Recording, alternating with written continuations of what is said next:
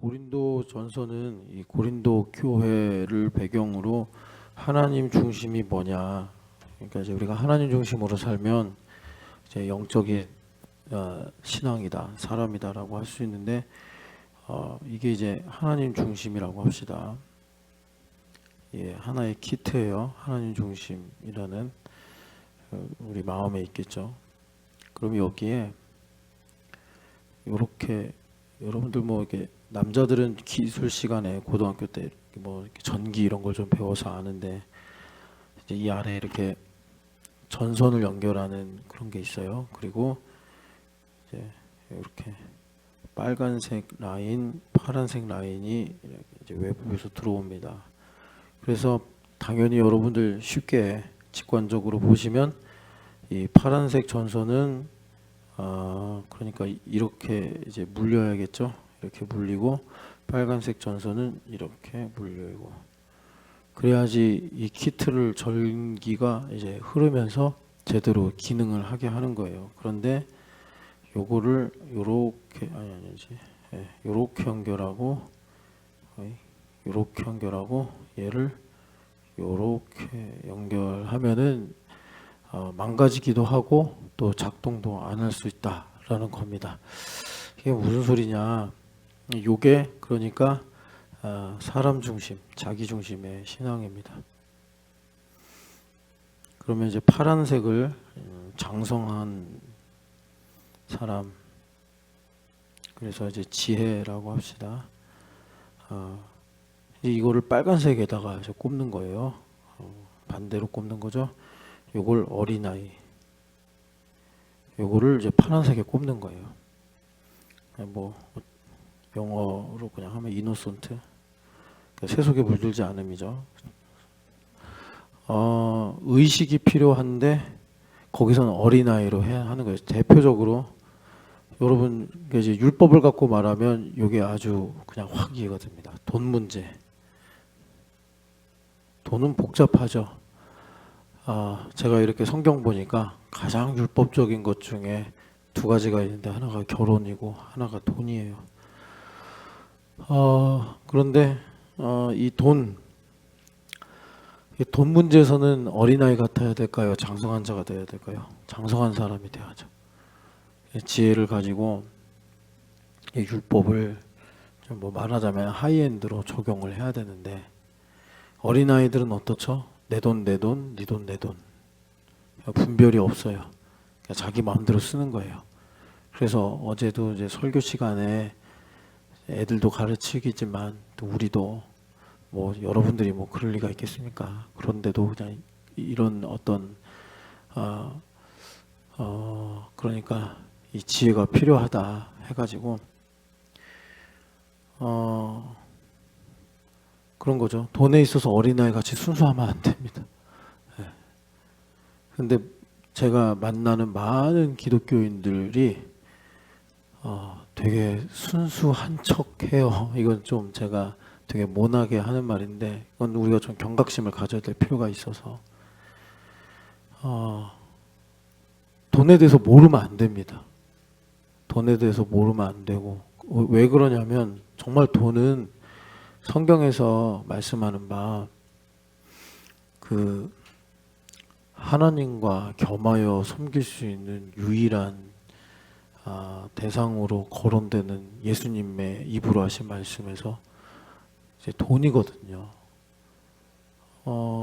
돈을 모르면 안 쓰면 되는데 어른이 안 쓸 수는 없잖아요. 엄청 써야 되잖아요, 돈을. 애들이야 뭐 다 부모님이 사주고 먹여주니까 상관이 없는데, 근데 돈을 모르면 안 써야 되는데, 제가 이렇게 보면 되게 신기한 게 돈을 모르는데 막 써요. 그런데 이제 제가 그런 부분에서 더 경악하는 건 그게 이제 하나님 뜻이래요. 그래가지고 제가 와, 이거 어떡하지? 이거는 몰라서 그런 게 아니라 그 고의적인 선택이에요. 그래서 제가 그거 갖고 몇 번 가르쳐 보려고 했는데 되게 싫어해요. 왜냐하면 바울 사도도 그러셨잖아요. 돈은 일만하게 뿌리라고. 그만큼 영적으로 민감한 거거든요. 예전에 어떤 어르신이 그랬어요. 한 사람이 어떤 사람인지를 보려고 할 때 그 사람의 말이나 또 뭐 그 사람의 계획 이거보다 그냥 한 달 동안 카드 명세서 뽑아보면 제일 잘 알 수 있다. 그 사람이 좋아하는 게 뭔지, 그 사람이 어떤 패턴을 갖고 있는지. 돈이 그런 거예요. 그래서 뭐 부자로 살든 가난한 사람으로 살든 간에 그 돈을 잘 알아야 됩니다. 돈을 잘 알아야 되는데, 그래서 돈이라는 걸 지금 이제 구체적으로 예시로 들면서 돈에는 절대로 어린아이가 되어선 안 돼요. 여기 말씀대로 장성한 사람이 돼야 돼요. 그런데 이 많은 예수님 믿는 사람들이 이렇게 내가 하나님의 일을 하니까 당연히 하나님 돈 주시지 그래요. 안 주세요 그러면. 그리고 실제로 그런 것 같이 보이면 남의 돈 쓰고 있는 거예요. 그렇게 하면 안 돼요. 여러분, 제가 왜 이걸 이렇게 강조하고 그러냐면 뭐 여러분들 각자 어떻게 적용할지 모르겠는데 저는 목사님들 많이 봐요. 그렇게 그 목사님들이라고 해서 돈이 아니지 않아요. 목사님들에게도 돈은 돈이라서 이걸 잘 아셔야 되는데 이제 이게 뭔가 회로가 엉킨 것 같아요. 지금은 이제 단순화해서 제가 이렇게 그냥 X자로 했는데 막 꼬이고 엉키고 뭐 이렇게 막 하여튼 그래가지고 결국은 끝에 가면 이런 식으로 딱 이제 연결이 돼요. 그래서 자기는 믿음으로 하기 때문에 하나님께서 돈을 주신대요.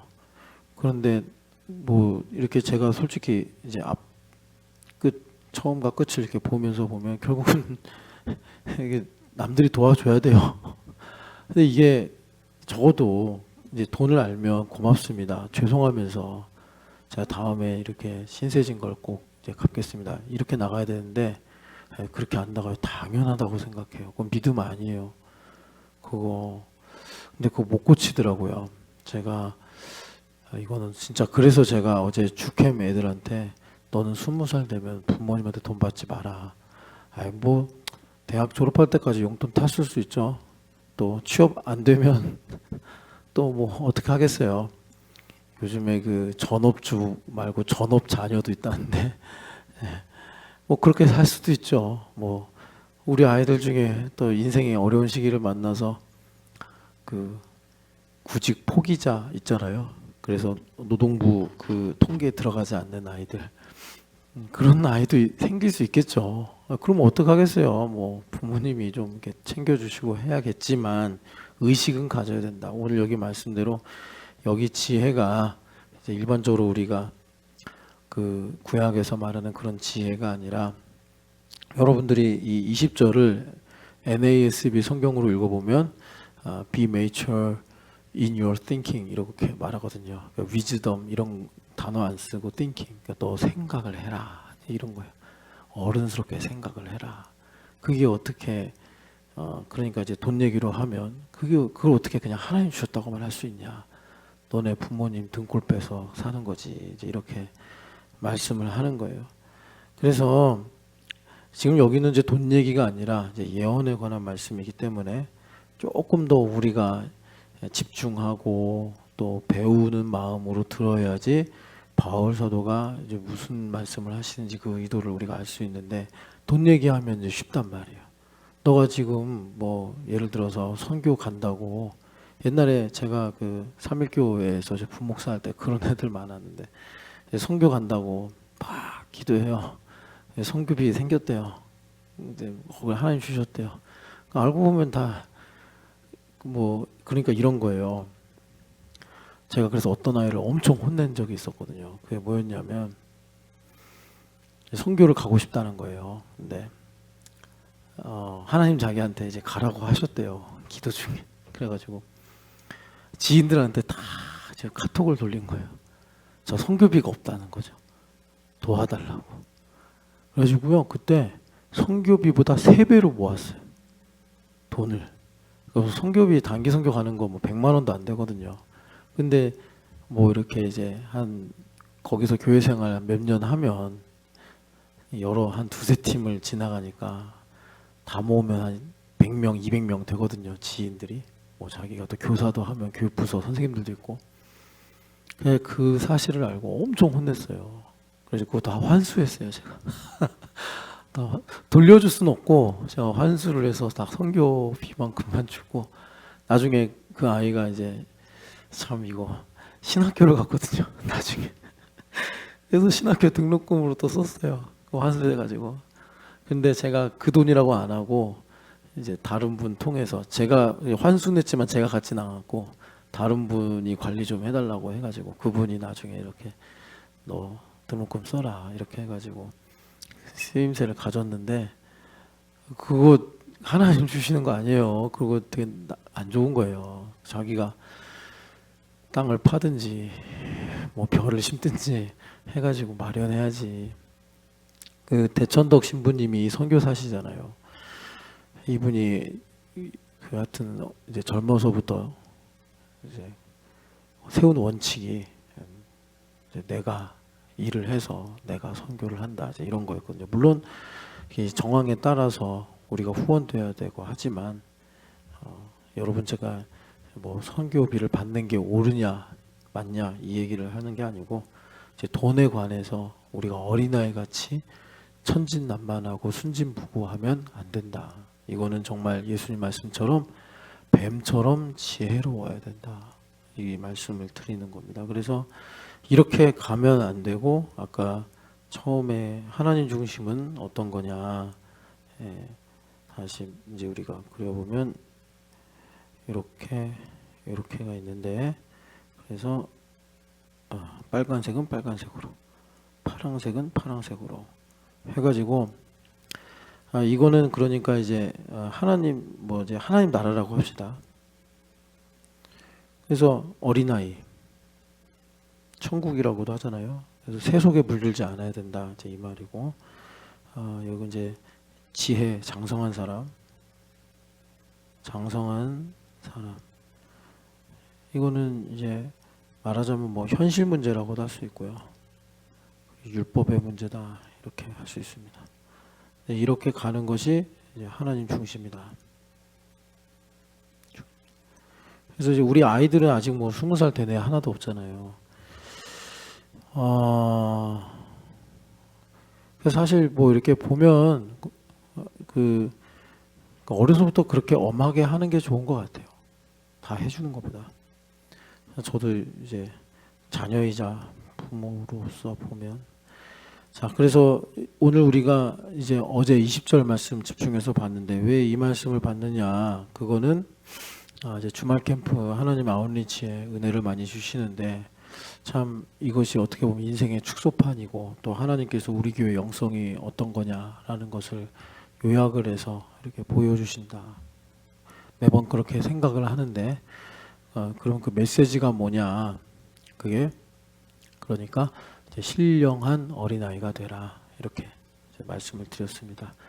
그래서 어린아이를 예수님께서 참 많이 강조하시는데, 이 어린아이를 왜 강조하느냐, 복음서를 보고 또 바울 사도가 하시는 말씀, 바울 사도는 좀 그걸 반대로 적용해서 많이 말하죠. 우리가 지금 읽고 있는 고린도전서에도 보면 3장에 너희가 이 젖이나 먹는 어린아이로서 머물면 안 된다. 히브리서 말씀처럼 단단한 음식을 먹고, 그 고린도전서 3장 2절에는 이제 밥을 먹어야 된다. 우리 이서 엄마가 오랜만에 이상하게 새벽 예배를 나왔는데, 이서가 좀 더 크면 이유식 먹겠죠. 그 이유식이나 분유 먹는 상태에 계속 있으면 안 되고, 이서가 제가 이제 오래돼서 잘 기억이 안 나는데 돌 지나면 밥 먹지 않나요? 돌 지나서는 이제 밥도 먹고, 이제 두 돌 되면 뭐 다른 고기도 먹고, 뭐 좋아하는 거 먹고 그래야 되겠잖아요. 근데 이 예수님 믿는 사람이 계속 젖을 먹는 게 뭐겠어요? 그러니까 소화가 잘 된다는 건데, 나 좋은 소리, 예를 들어서 이런 겁니다. 박유미 집사님이 갑자기 파크인미를 정리하고, 목사님 저 일본으로 선교를 가겠습니다, 딱 그래요. 젖을 먹는 건 뭐냐면, 아우 박유미 집사님 훌륭하시네, 일본에 가서 열심히 선교하시고 또 이렇게 하시고 저렇게 하시고 뭐 이렇게 축복을 해요. 그러면 뭐 박유미 집사님 신나죠. 그리고 저는 우리 교회 사람들이 또 괜찮은 사람들이라고 생각하는 게 아마 그렇게 선교를 가면 다 좋아할 거예요. 원래는 정상적으로는 안 그렇거든요. 선교사 하세요. 그러면 제가 왜요? 뭐 저는 하고 싶지 않은데요. 전 그런 생각을 해본 적이 없는데요. 이제 보통은 이래야지 정상인데 좋다는 게 아니라 일반적으로.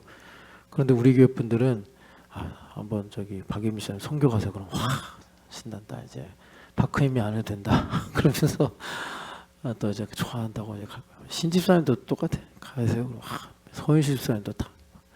우리 교회 사람들 그렇게 괜찮아요. 그런 거 되게 좋아하고 하나님 헌신하는 거 좋아하고. 근데 문제는 일본에 가도 말을 못 한다는 게 이제 문제. 그러니까 이제 갈 리가 없는 건데. 근데 이제 단한 음식을 먹는 거는 이제 그런 거죠. 누가 가라고 그랬냐 먼저. 누가 가라고 그랬냐, 갈 준비는 됐냐, 뭐 그럼 그 전에 뭐 파크인미 놓고 하나님께서 주신 약속은 뭐냐, 이러면 다시 걸리잖아요. 본인은 일본어로 이제 앞으로 남은 여생을 쓰려고 하는데 그러면 소화가 안 되죠. 가스가 차고 뭔가 이제 더부룩하고 기분이 안 좋고 불편해지고 갑자기 정죄받는 느낌이 들고 소화가 안 된단 말이에요. 근데 이런 것들을 이제 소화시키는 것이 장성한 사람이다. 거기서 이제 율법이 필요한 거예요. 그래서 신령한 어린아이가 된다. 이것은 새 속에 물들지 않는다. 새 속에 물드는 것은 우리가 세상을 사랑하는 건데, 세상을 사랑하는 게 뭐 막 이렇게 뭐 명품물을 걸치고 뭐 또 돈에 대한 욕심이 많아지고 이런 게 세상을 사랑하는 게 아니라 이제 이런 부분이에요. 이 아까 두 가지 회로가 있다고 그랬잖아요. 이게 두 가지 회로지만 하나의 키트 안에 있어요. 그러니까 원래는 하나라는 얘기예요. 하나인데 이게 이제 보이지 않는 추상적인 개념이다 보니 이거를 두 가지 국면에서 우리가 지금 이제 말하고 듣는 거거든요. 그러니까 우리가 이제 살면서 보면 그러니까 신령한 아이가 되라 주님 말씀하시잖아요. 그러니까 새 속에 물든다는 게 뭐냐면 뭐 저기 이제 유미자매도 있고 여기 지향 집사님도 있는데 시험 들지 마시고 잘 들어보세요. 우리 유미자매가 우리 수지가 참 공부를 잘했으면 좋겠다. 여기에도 세속적 마인드가 있을 수 있다. 우리 지향 집사님이 우리 이세미가 뭐 건강하게 자랐으면 좋겠다. 여기에도 세속주의가 들어갈 수 있다. 순진하기만 하면 이런 겁니다. 그래서 참 이게 당연한 일이고 엄마로서 그리고 이렇게 보면은 또 이제 그러려면 수지 가르치고 애쓰고 뭐 또 수고하잖아요. 당연하고 고상한 일인데 여기에도 그 세상을 사랑하는 마음이 들어가 있을 수 있다. 그래서 주님께서 장성한 자가 돼야 되고 뭐 예수님의 말씀으로 보면 뱀처럼 지혜로워야 되고 비둘기처럼 순결해야 된다. 그러니까 이 두 가지가 아까 그 회로가 두 가지가 있어야지 예수님께서 마태복음 10장에 말씀하신 것처럼 우리 속에서 진리를 말씀하시는 우리 장로교식으로 말하면 진리를 깨닫도록 감화 감동을 주시는 성령 하나님께 센서블하게 센스티브하게 민감하게 바람 소리까지도 들을 수 있는 그런 거룩의 초격차를 가지고 살아야 한다. 예수님께서 그때 그 설교는 물론 예수님 당시도 말씀하시는 거지만 사실은 더 예수님의 시선은 승천하신 다음에 성령 강림 이후 시대, 교회 시대를 살아갈 우리를 보시면서 하신 말씀이란 말이에요. 그러니까 나사렛 예수님을 영접하는 것도 유대인들에게는 되게 큰 문제였어요. 죄 짓는 기분이었다고. 경건한 유대인들은 이게 그러니까 이제 이건 우리가 따라가거나 뭐 레퍼런스를 삼아야 될 건 아닌데 그 경건한 유대인들이 나사렛 예수를 메시아로 영접하는 일은 그들이 가지고 있는 선입견이나 문화나 또 뭐 개인의 편견 때문에 마치 죄를 짓는 느낌으로 이렇게 이제 가지고 있었다. 근데 그게 죄 짓는 게 아니라 죄를 보는 거죠. 내가 이렇게 완고한 사람이구나.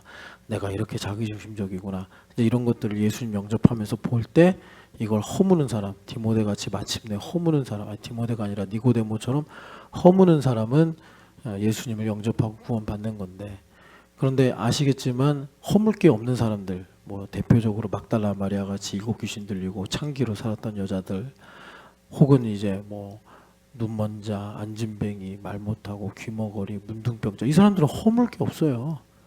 뭐 유대인의 세계관에서는 성벽 밖에 있는 사람들이기 때문에 허물 게 없는 거예요. 그냥 예수님께서 오라 그러면 신나는 거예요. 나를 불러주시다니, 막 이런 거죠. 그러니까 이제 그런 사람들은 예수님을 영접하기가 쉬운데, 율법, 그 부자 청년처럼 율법 잘 지키고 십계명 잘 지키고, 그래서 복 받아서 젊은 청년이 관리가 되고, 또 부모 잘 만나서 재산도 꽤나 있고, 그래가지고 누가 봐도 엄치 나갔고 누가 봐도 참 신앙 좋은 사람 같은데, 정작 그때 예수님께서 나를 따르라 하니까 이거 뭐 집도 처분해야 되고 뭐 주식도 정리해야 되고 막 걸리는 게 많아. 뭐 요즘에 계속 올해 우리나라를 희망 고문하는, 가스라이팅하는 이 주식이요. 그러니까 주식이 없는 사람은 이게 주식이 오르냐 틀리냐 어떤 식으로 해야 되느냐 이거 별로 걸리지 않죠. 없으니까 아멘, 아멘 다 이런다.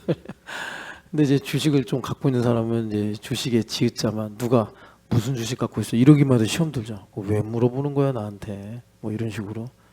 이제 그런 차이가 있다. 그래서 주님께서 이제 신령한 어린아이가 되라, 여기에는 그러니까 우리 이제 성령 하나님 강림하셔서 우리가 교회 시대를 살고 있는데, 내 안에 계신 예수님을 믿고 사는 거예요.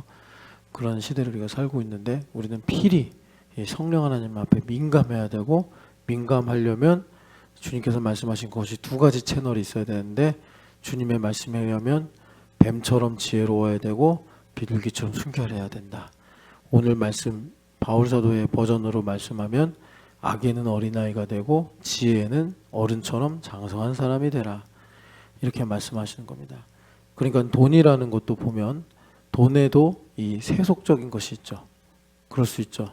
돈은 또 일만하게 뿌리라고 말씀하셨으니까, 그런 이 돈에 대한 탐욕이나 돈에 매이는 이런 부분에는 세속적으로 오염되지 말고 어린아이 같이 순수해야 된다, 그러니까 순결해야 된다, 이렇게 말씀하시는 거예요. 그러면서 또 한편으로 돈에 대해 있어서 너희가 율법으로 말미암아 지혜로운 자, 장성한 사람이 되어야 된다. 그래서 이것을 가지고 주님께서 우리 교회에게 이렇게 이제 말씀을 하시는 겁니다. 이 세속주의를 야고보 선생님도 다루셔가지고 우리가 어제 야고보서도 잠깐 읽었는데, 그러니까 다시 한번 말씀드리지만 복음서에 등장하는 여러 이 카테고리들 있잖아요. 병자들, 유대인들, 그리고 바리새인들, 제사장들 있잖아요. 그러면 이렇게 그려볼 수 있습니다. 이게 이제 피라미드 같은 건데, 여기는 이제 병자들. 예수님 만나서 대부분 다 구원받죠. 뭐 믿지 않는 사람은 구원 못 받지만, 그리고 여기에는 이제 유대인들. 근데 이 유대인들도 대부분 다 갈릴리 출신이에요. 그리고 예수님을 여기까지 가면서, 근데 하여튼간에 이게 좀 더 이렇게 하니까 너무 저기 되네. 여기를 그냥 가난한 사람들이라고 할게요. 병은 없는데 가난한 사람들, 예수님 쫓아다니면서 오병이어 기적 맛보고 이런 사람들, 그 다음에 여기 이제 가난하지 않는데 좀 경건한 유대인들, 그리고 이것도 그러네. 하여튼간에 요만큼이 뭐 더 이제 세분하면 요만큼이 이제 바리새인 여러분, 그 이제 니고데모도 대표적이지만, 뭐 예수님 시험하러 왔다가도 또 이렇게 충격받고 간 사람들도 있고, 여기 들어가지 않아요. 이게 구원받는 사람들인데, 복음서에서 구원받는 사람들인데, 이 피라미드에 안 들어가는 부류가 누구냐면 아시겠지만 사두개인들이에요. 사두개인들은 참 불쌍한 사람들이에요. 여러분 역대기를 읽어보면 사독이라는 제사장 나오잖아요. 아비아달과 사독이 나오는데, 아비아달은 엘리 라인이잖아요.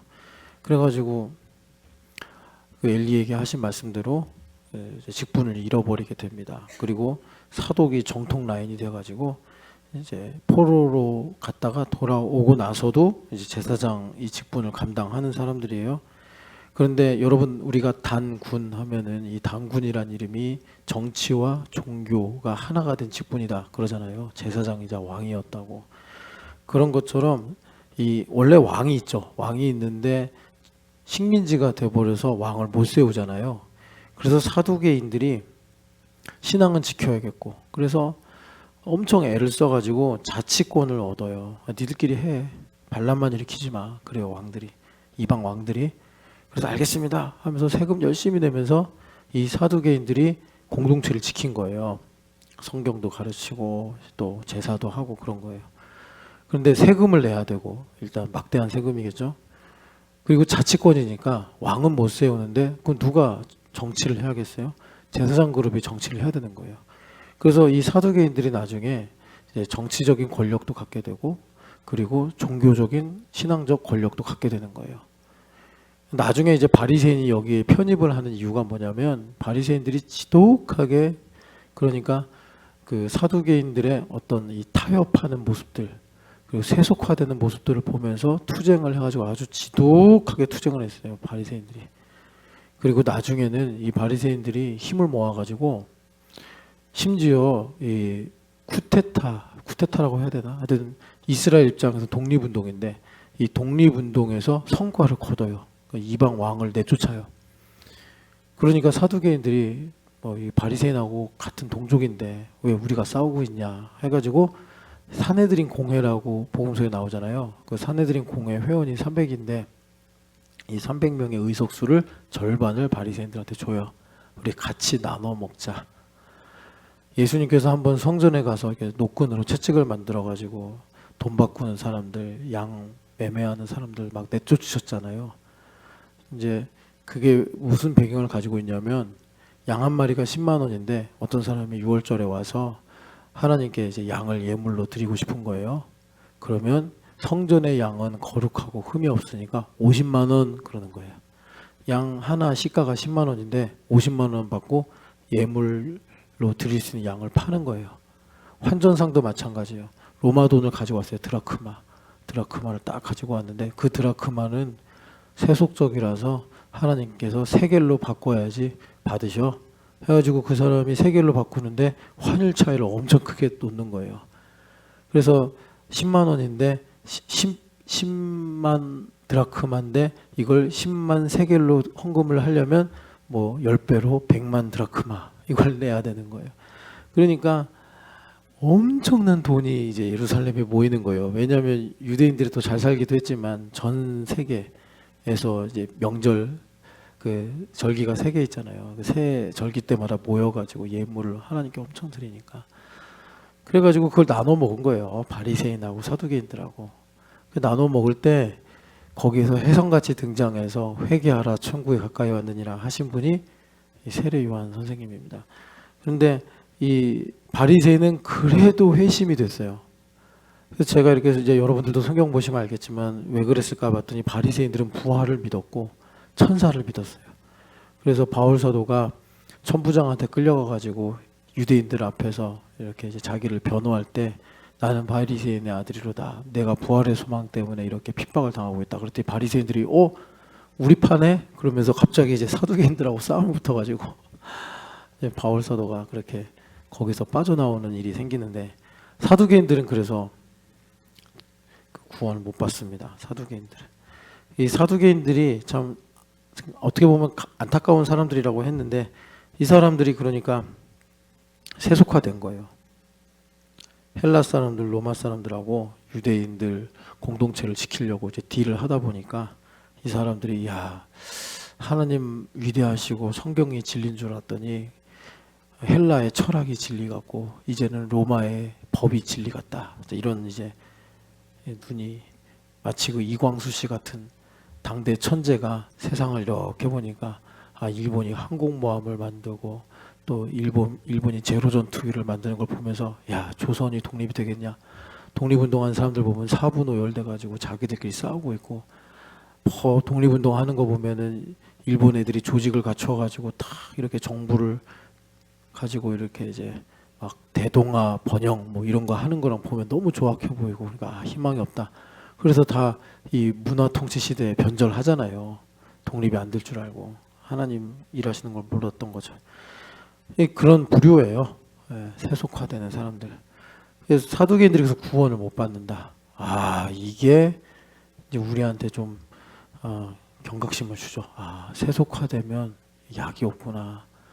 그래가지고 그 이제 보면은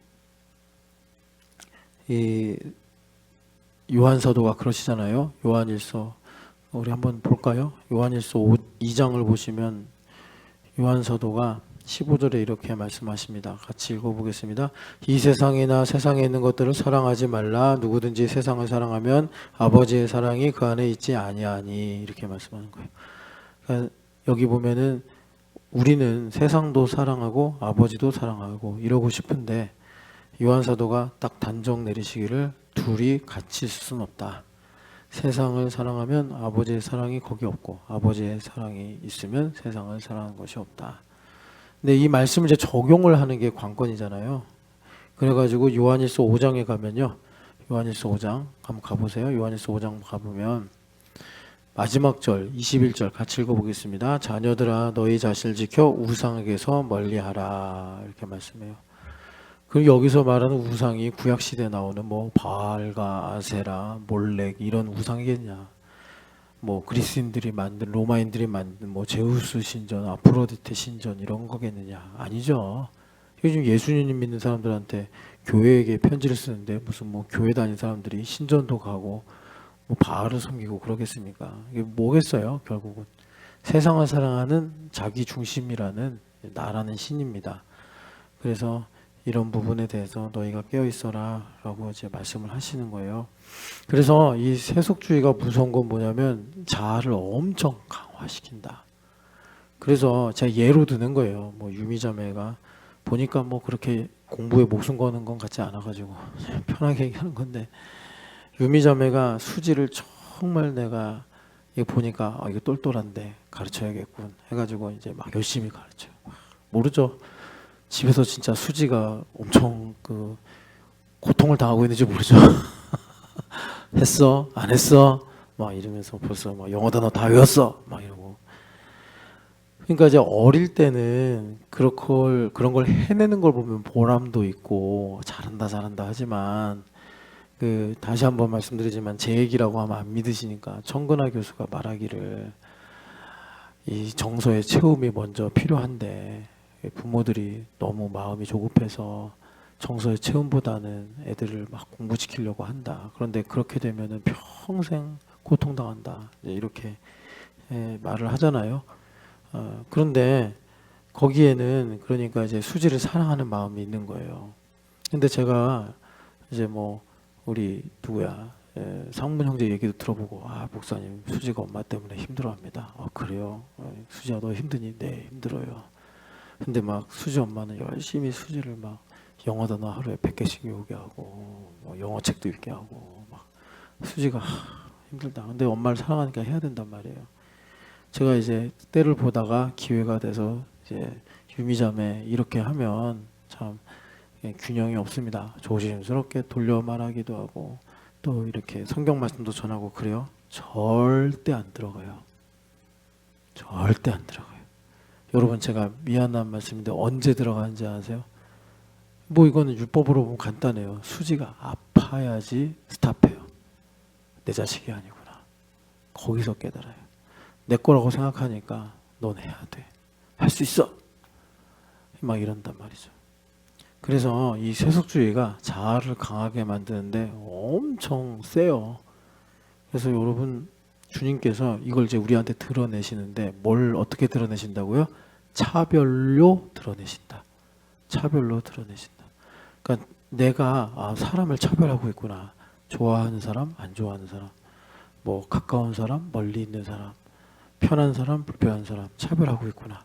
그러면 여러분 이게 당장 논리적으로 이게 왜 세속주의야? 이렇게 연결이 안 돼도 야고보 선생님이 우리보다는 율법에 대해 대가이시고 그분께서 본인이 기도하고 또 30년 동안 형님인 줄만 알고 메시아인 걸 모르고 살았으니, 그리고 성경 보면은 예수님 공생의 사역 중에 이 야고보가 예수님 바로 아래 동생이시니까 형님 미쳤다고 막 잡으러 다녔잖아요. 요한복음 7장 보면 초막절 다가올 때 동생하고 오랜만에 만나서 얘기하는데 동생들이 그러잖아요. 형은 세상에 인기 얻는 거 좋아하면서 이번 명절에는 예루살렘에 안 가쇼? 그랬더니 내 때가 아니다. 뭐 그래놓고 예수님 이제 명절에 올라가시긴 하는데, 그렇게 예수님을 믿지 않고 그렇게 예수님을 비방하고 미쳤다고 하고 막 그랬단 말이에요. 그러니 이분이 얼마나 깊이 자기를 성찰하고 회개했겠어요. 기가 막히잖아요. 우리는 그걸 알 수가 없는 게, 예수님하고 나하고 무슨 엄예수가 아니시잖아요. 예수님을 나는 형님으로 만난 적이 없어서 그걸 아무리 내가 뭐 생각하고 뭐 해도 몰라요. 그 경지에 이를 수가 없어. 근데 형하고 막 같이 놀고 그랬단 말이에요. 형 되게 좋아했는데 30살 되더니 갑자기 출가를 하셔가지고 뭐 귀신 쫓아내시고 막 자기가 메시아라고 하고, 다른 사람들은 나사렛 출신이라고 그래서 안 믿고 목수 아들이라서 못 믿고 그랬는데, 유다와 야고보 선생님은 자기 형님이거든요. 형님이 메시아래. 그러니까는 우리 형님이 참 좋은 분이었는데 뭔가 좀 약간 이제 정신이 돌았나? 이단의 교주가 된 거 아니에요. 안 믿을 때 보면. 그래서 이렇게 이제 뭐 랍비라고 하는 바리새인들, 서기관들 이런 사람들 말 들어보면 진짜 그렇네. 막 형님 어떻게든 이제 옛날로 돌이키고 싶고 뭐 이런 시간도 보내지 않았겠습니까?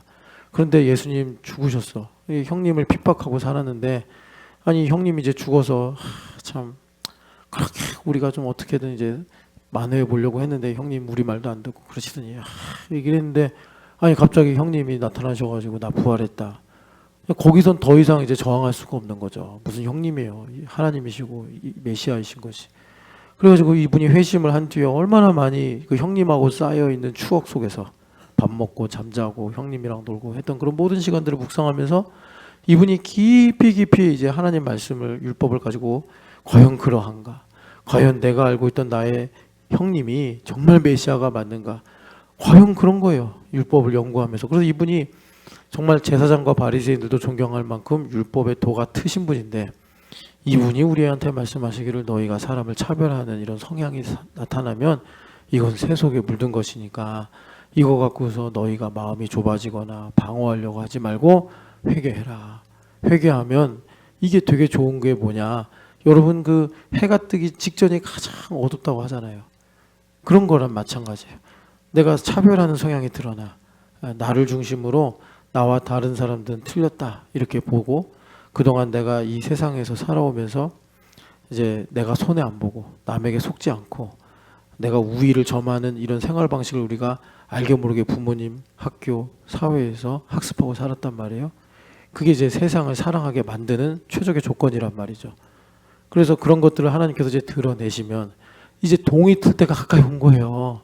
아, 자유의 율법이 드디어 나에게 임하는구나. 그래서 내가 정말 하나님 말씀을 자원하며 섬기며, 또 어제 우리가 들은 대로 하나님의 비밀의 경륜이 무엇인지를 깨달아서 우리가 정말 하나님의 어제 그 3부 때 본문의 말씀처럼 그렇게 우리가 이제 지혜를 갖고 살 수 있겠구나. 하나님의 이 총명을 갖고 살 수 있겠구나. 이런 이제 시간이 때가 다가온 거다란 말이죠. 근데 대부분 이런 일들이 드러나. 남과 내가 다른 거예요. 그러면 우리는 일단 우리가 익숙하게 해왔던 대로 일단 방어 딱 이제 시스템 만들고, 그리고 거리를, 사회적 거리를 딱 갑자기 두기 시작하고, 이렇게 이제 우리가 하던 대로 한단 말이죠. 그래서 여러분들 그 차별이라는 이런 일들이 나온다. 나랑 다르다. 야, 나랑 중국집 가자. 아, 난 중국집 싫어. 뭐 이런다든가. 뭐 지향 집사님이 유실자매한테 영화 보러 갈래? 유실자, 나 영화 안 좋아해. 그리고 저녁에 주윤 집사님 영화 보러 가고. 뭐 이런 거 나타나면 아, 내 안에는 새 속성을 드러내시는구나. 네.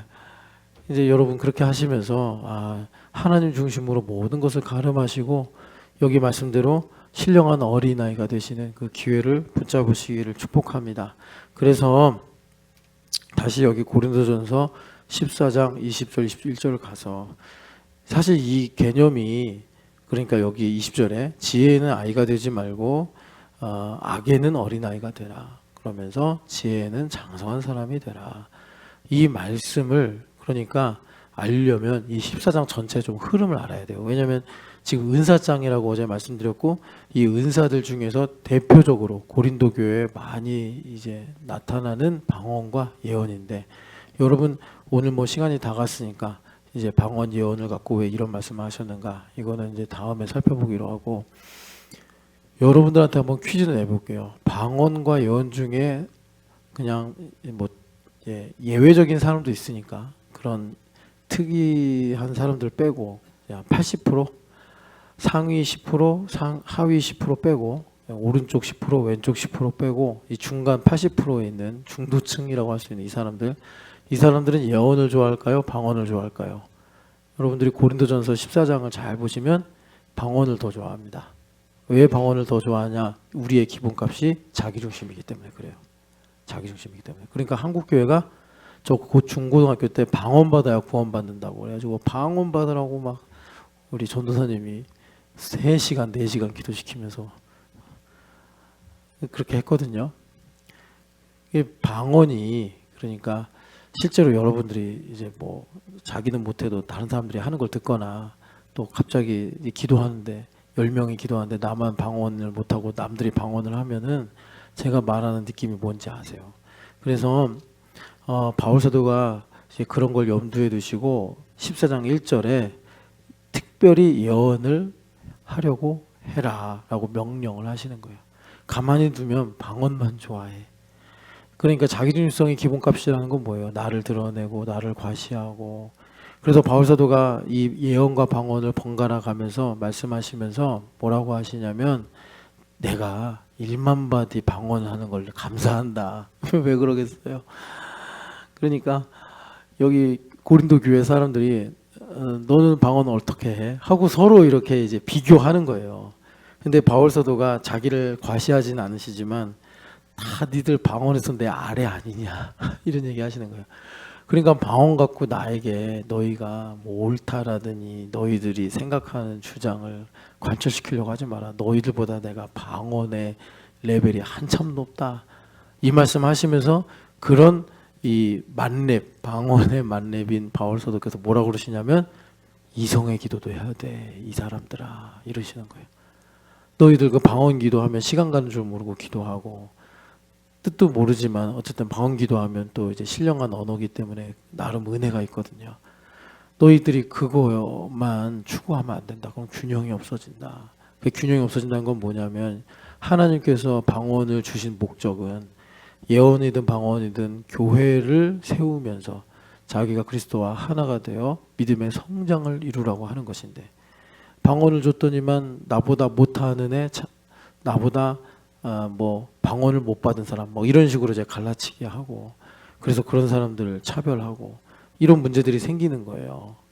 그래서 주님께 여기 이제 바울 사도가 3절에 보면 예언은 덕을 세운다 그러잖아요. 그래서 너희가 이제 은사는 기본적으로 남을 섬기라고 주신 거기 때문에 너희들이 그 고린도 전서에 어떻게 보면 큰 주제잖아요. 남을 위하여 선택해라 그러잖아요.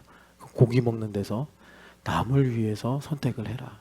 이제 그런 하나님 중심의 가치를 가지고 여기서 예언을 하려고 더 애써라. 근데 한국 교회 안에서 이 예언이 좀 왜곡이 됐어요. 그러니까 여러분 이 예언이 뭐냐면 에베소서를 한번 보세요. 에베소서를 보시면 이제 교회 됨의 그 뭐라 그럴까 정점이라고 할 수 있는데 19절을 같이 읽겠습니다. 19절 시와 찬송과 신령한 노래들로 서로 화답하며 너희의 마음으로 주께 노래하며 찬송하며 이게 이제 교회됨의 그 끝이에요. 그러니까 개인으로 보면 이제 새 언약이라고 할 수 있는데 새 언약의 열매가 뭐죠? 찬송의 제사라고 그러잖아요. 히브리서 13장에. 그러니까 우리가 교회가 되면 어떻게 되는 거죠? 물론 이제 뭐 물질도 나눌 수 있고 봉사도 할 수 있는데 그것의 가장 이제 본질적인 것이 뭐냐면 시와 찬송과 신령한 노래로 서로 화답하는 거예요. 서로 사랑과 선행을 격려하며 그러잖아요. 예, 그런 일들이 우리 가운데 있는 거예요. 그래서 여기 보면은 시와 찬송과 신령한 노래가 뭐냐? 한마디로 시편이에요. 시편. 시편의 삶을 사는 거예요. 시편이 뭐죠? 하나님의 일을 선포하고 하나님의 뜻을 전하고 신앙 고백하고 말씀을 묵상하고 이런 것들이 우리 안에 이제 마치 몸의 혈관과 신경계처럼 유기적으로 움직이는 것. 이것이 예언이에요. 예언은 미래의 일을 마치는 게 아니고 오늘 하나님의 뜻이 무엇인가. 그래서 역대상을 보시면 정확하게 예언이 뭐다 이거를 우리한테 보여주고 계시는데 역대상. 그래서 예언을 미래의 일을 맞춘다 이거는요 약간 좀 다른 복음에서 온 거예요. 일단 주위에서 분별이 되는데 25장 1절 말씀 같이 읽겠습니다. 다윗이 군대 지휘관들과 더불어 아삽과 헤만과 여두둔의 자손 중에서 구별하여 섬기게 하되 수금과 비파와 재금을 잡아 신령한 노래를 하게 하였으니 아멘. 여러분 그 보면 시편에 그 마스길이라는 장르가 있잖아요. 거기 보면 헤만의 마스길, 아삽의 마스길, 여두둔이라고도 하고 에단이라고도 이제 읽습니다. 그래서 이 세 명을 다윗이 이제 성가대 지휘자로 세웠는데 이 세 분이 어떤 분들이냐? 신령한 노래. 그래서 여러분 성경에 이제 각주가 달려 있으면 아 예언이네. 예. 히브리어로 직역하면 예언인데 한글 성경이 번역을 잘했어요. 그러니까 토라를 묵상하는 거예요. 여러분 아삽의 마스길 이런 거 보면은 토라를 묵상해요. 근데 토라만 묵상한 게 아니라 아삽의 마스길 중에 하나가 시편 78편인데 여러분 잘 아시잖아요. 7편, 시편 78편의 유명한 말씀 하나님을 가까이 하는 것이 복이라. 하늘에서는 주밖에 없어하며 땅에서 내가 사모할 리가 주 외에 누가 있으리까. 육체가 쇠하며 뭐 이렇게 하나님을 사랑한다고 말씀하잖아요. 근데 그게 정황이 있단 말이에요. 뭐죠? 아삽이 이렇게 사는데 보니까 악인이 잘 돼.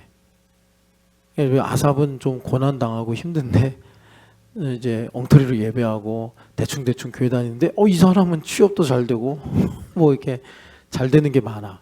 그러니까 아삽이 단단히 시험이 든 거예요. 그래가지고 거의 이제 뭐 사경을 헤맬 만큼 됐는데 성소에 들어갈 때 하나님께서 깨닫게 하셨다. 그래서 감춰진 하나님의 일이 어떤 것인가, 뜻이 무엇인가를 토라를 묵상하는데 그 토라와 함께 아삽이 청한 정황 속에서 그의 입술로 찬송의 제사를 하면서 새로운 일종의 토라가 나오는 거예요. 그 토라가 뭐죠? 하나님을 가까이 하는 것이 복이다. 이게 신령한 노래예요. 그러니까 정말 그 예수님께서 그러셨잖아요. 육은 무익하다. 살리는 것은 영이다. 하시면서 내가 이르는 말이 영이요 생명이다. 이것을 이제 교회가 된 우리가 우리의 입술이 예수님의 입이 되어서 우리의 입술로 레마를 고백하게 하심으로 하나님의 말씀에 흥황하고 생명력이 충만하게 하시는 이런 일들을 우리에게 시와 찬미와 신령한 노래로 주님께서 풍성하게 하시는 거예요. 이게 예언이에요. 그러니까 예언이 얼마나 좋아요. 예언이 얼마나 좋아요. 이러는 거예요. 인면이 안녕 이런 게 아니라 박인미를 만드신 하나님을 찬양할지어다 할렐루야 막 이러면서 그럼 박인미 선생님 얼마나 좋겠어요. 막 일할 기분도 나고 막 또 돈도 더 쓰고 싶고 이렇게 되게 하겠습니까?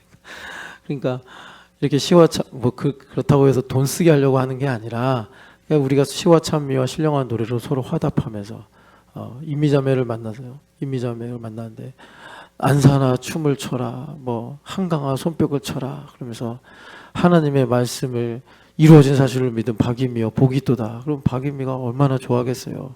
뭐 먹고 싶니 지향아 막 이러면서 축복하고 교회가 그런 곳이라고. 근데 만나면 왔어? 왜 왔어? 문찬원처럼 왜 왔어요? 이런 식으로 안 되는 거예요. 여러분 그렇게 그래서 이제 바울서가 예언을 더 사모해라. 방언으로 박이미스를 만나는데 레올레레 켈라라마 그럼 뭐라고 하는지 어떻게 알아요? 그렇게 하지 말라는 거예요. 그건 너가 하나님하고 대화할 때 그렇게 하고 박이비하고 만날 때는 예언을 하면서 축복하고 하나님을 높이고 우리가 서로 주님을 찬양해야지. 그래야지 이 레마가 살리는 것은 영이라 하신 이 레마가 일을 해서 이제 형제가 연합하여 동거하는 것이 얼마나 선하고 아름다운고 이 말씀이 우리 신촌여교회 가운데 이루어져 헐몬의 이슬이 산들에 내린 것 같이 우리의 삶의 현실에 하나님의 은혜의 단비가 내리게 되더라라는 것입니다. 그래서 내일은 왜 방언과 예언을 가지고 악에는 어린아이가 되고 지혜에는 장성한 자가 되라라고 하셨는지 우리 더 자세하게 보겠습니다. 사랑하는 하나님 아버지, 하나님께서 우리에게 어른과 같은 분별력을 주시고 아이와 같은 하나님 나라를 사모하는 마음을 주셔서 하나님 나라의 상속자로 힘있고 지혜롭게 살아갈 수 있도록 복을 내려 주시옵소서. 하나님 아버지, 이제 강습회가 시작이 됩니다. 하나님, 이 강습회 부르시는 바 천국잔치에 하나님의 은혜와 은사를 우리가 충만하게 누리게 하여 주시옵소서. 부활하신 예수님의 이름으로 기도합니다. 아멘.